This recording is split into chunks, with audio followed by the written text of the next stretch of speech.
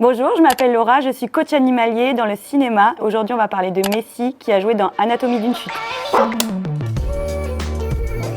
Alors le métier de coach animalier, ça consiste en fait à accompagner l'animal, à faire des actions précises dans le cinéma, dans une séquence qui va être donnée. On va le travailler en amont et puis après on va venir sur le plateau et on va aider le chien à bien réaliser cette action. Je suis vraiment spécialisée dans les chiens, mais j'ai commencé aussi à faire les rats, les furets, les poules, j'ai fait même les abeilles. Moi j'étais éducatrice canine au début, je travaillais sur un terrain parce que lui il a fait des compétitions d'éducation canine et du coup j'ai rencontré quelqu'un qui travaillait dans le cinéma, avec qui j'ai beaucoup parlé et il a eu besoin de moi et c'est comme ça que j'ai commencé le métier de coach animalier. Je pense qu'on ne se doute pas de tout le travail qu'il y a derrière quand on voit un chien, on se dit « Oh, j'aimerais trop avoir ce chien », mais c'est un peu comme Beethoven. On se dit « Mais il est trop parfait ce chien, j'aimerais trop l'avoir », mais on ne sait pas qu'en fait c'est quelqu'un derrière qui l'a aidé à faire toutes ces actions. Donc le clicker c'est ça.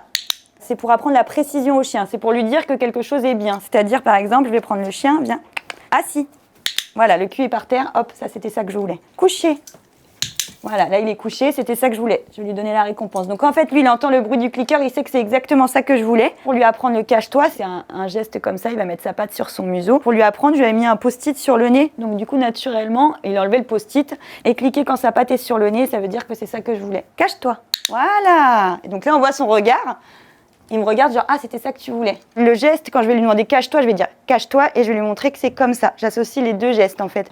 Et comme ça, des fois, si je dois pas parler sur un tournage, en fait, il sait que ça, c'est cache-toi. C'est un métier qu'il faudrait, je trouve, plus cadrer par rapport aux animaux, travail des animaux, que ce soit pas trop difficile pour eux, parce qu'il n'y a vraiment pas de cadre dans la loi de combien de temps ils doivent travailler, ce qu'ils doivent faire. On ne sait pas s'il y a de la maltraitance derrière ou quoi. Je trouve qu'il manque vraiment quelqu'un sur le tournage qui soit là pour veiller au bien-être animal. Comme les enfants, en fait. Là, c'est trop, là, on a beaucoup trop tourné pour le chien, on voit qu'il est fatigué, stop, on arrête. On ne doit pas forcer un animal sur un tournage parce qu'en fait, il doit être là juste pour s'amuser parce qu'on lui a pas demandé d'être chien-acteur, en fait. Il va passer un bon moment, il va jouer, il va avoir des caresses, puis à la fin de sa journée, il est cool, on s'est occupé de lui, il s'est dépensé psychologiquement, physiquement, et après, il revient à la maison, il est trop content. Après, le coach animalier, normalement, c'est lui, il est là pour veiller justement au bien-être animal. C'est lui qui veille à ça. Tous les chiens ne peuvent pas devenir chiens de cinéma. On ne peut pas prendre un chien bébé et se dire qu'il sera une star parce que chaque chien a ses caractéristiques spécifiques. Par exemple, ramener une chaussure, on ne peut pas demander à n'importe quel chien, il faut qu'il sache tenir en gueule, tout ça. Il n'y a pas tous les chiens qui savent le faire et qui ont envie d'apprendre. Messi, c'est un super chien, je l'ai eu bébé, on a beaucoup travaillé, il sait faire plein de choses, vraiment, je pense que c'est un chien hyper intelligent. Mais Messi, de par son physique, il n'est jamais pris sur les tournages. C'est très très rare, parce qu'il a ses yeux qui sont un peu trop clair, donc du coup ça manque d'émotion souvent. Pour le casting d'Anatomie d'une chute, ça marchait très bien parce que c'était pour dans la neige. On avait un physique qui était vraiment particulier et qui allait très bien passer pour le film. Pour toutes les actions précises, donc j'avais le scénario, donc après on a fait un découpage du scénario, donc j'avais toutes les actions de Messi. Il y avait pas mal d'actions qui étaient quand même assez difficiles, donc j'ai fait un gros travail en amont, j'avais un mois de préparation pour le chien. On conditionne le chien, en fait, on appelle ça un conditionnement. On répète, comme ça quand on arrive sur le plateau, le chien déjà, il a déjà vu. On change juste d'endroit. Sur le tournage, ça change toujours au dernier moment. Par exemple, la séquence de la balle où la balle tombe, il devait rattraper la balle. En fait, quand elle tombe dans les escaliers, c'était pas le chien qui était compliqué, c'était la balle, puisque la balle, des fois, elle tombait sur le rebord de la marche et elle partait de l'autre côté.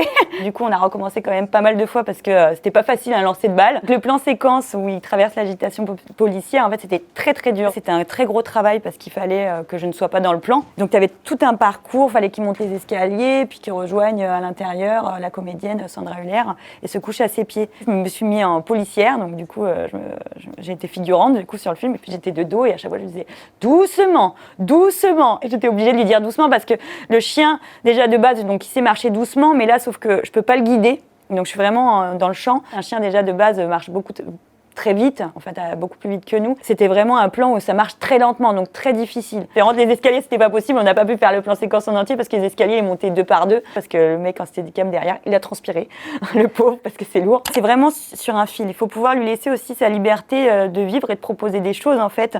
Donc du coup, on va pas vraiment serrer quelque chose de parfait. Comme ça, en fait, il peut proposer peut-être des choses, se coucher, faire un bruit, peut-être se déplacer et tout ça. Et c'est ça qui fait aussi qu'il a un petit jeu d'acteur, en fait, en proposant des choses de la vie naturelle. En fait, ce qui est difficile, il faut que le chien me voie, mais en même temps, me voit pas trop. Donc s'il est vraiment que fixé sur moi, en fait, ça devient pas trop naturel. Il faut être en même temps visible et invisible. Et être toujours présente, c'est important parce que des fois, il peut me chercher, je vais être cachée et en fait, du coup, je dis, attends, elle est où? Derrière le canapé. Et puis il met sa petite tête comme ça. Ah, c'est bon, je vais la voir. Là, il faut le refaire. pour la scène du médicament, c'était une très très grosse séquence. On a beaucoup travaillé déjà en amont. Donc du coup, au départ, j'ai travaillé le chien en couché côté, avec la tête posée. Et du coup, il fallait que le chien puisse relever sa tête. Bon, après, en tournage, c'est toujours différent. Mais voilà, qu'on puisse porter le chien et que quand on le relâche, il tombe, il se laisse de tout son corps. Donc du coup, j'ai travaillé au départ sur le lit, tout doucement. Déjà le coucher côté, on caresse, on prend la tête, on lui fait reposer la tête jusqu'à temps que sa tête... ils apprennent à vraiment la faire tomber. Après, on rajoute le corps, on prend le corps, on fait retomber le corps.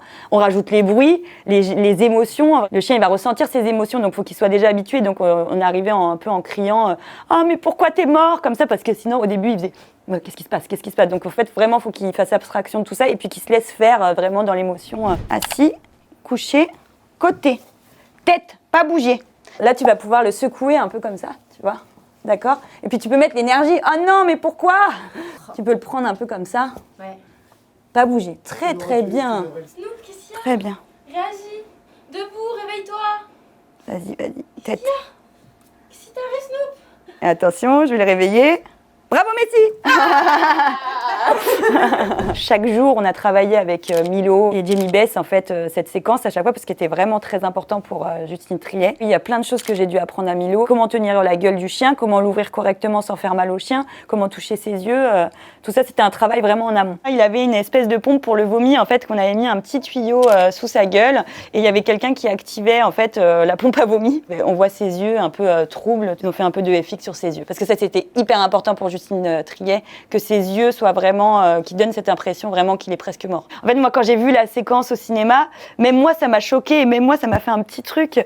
Je me suis dit, ah ouais, ok, d'accord, on a fait quand même un truc de fou, c'est vraiment hyper réaliste et ça donne vraiment bien. Et finalement, c'est pour ça que j'étais fière, parce que je me dis, c'était quand même très difficile, mais c'était un grand moment de cinéma, en fait. On avait une séquence, qui n'a pas été montée. Tu avais Milo qui venait, le chien, Messi devait venir le rejoindre, il devait se faire un câlin. Et du coup, en fait, quand il se rejoignait, le chien soit repartait, ou soit il avait envie de jouer avec Milo, ça marchait pas. Donc du coup, j'ai mis de la pâtée pour chien dans le cou de Milo, pour qu'il puisse se faire des petites léchouilles. Ça marchait pas parce qu'en fait, le chien arrivait, puis il le léchait de partout. C'était pas très beau, donc du coup, on n'a pas réussi à cette prise. Et puis Milo, il puait, il était « Ah, mais je pue le poisson !»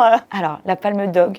Je la sors. Ça, c'est la Palme Dog de Messi. Donc du coup, la Palme Dog, on était super contents parce qu'on s'y attendait pas. En fait, Justine Triet m'appelle, j'étais en spectacle avec d'autres animaux et elle me dit « Laura, c'est un truc de fou, on va sûrement gagner la Palme Dog. » Alors je rigole parce que je connaissais même pas. Elle me dit « Non mais Laura, c'est très sérieux, c'est la Palme Dog, c'est la meilleure récompense du meilleur acteur canin. » Et du coup, elle me rappelle, elle me dit « En fait, on le sait avant et du coup, j'ai su avant qu'il avait gagné la Palme Dog. » C'est la récompense de tout un travail en fait, vraiment la reconnaissance de notre travail qu'on a fait avec Messi. On n'a pas pu y aller.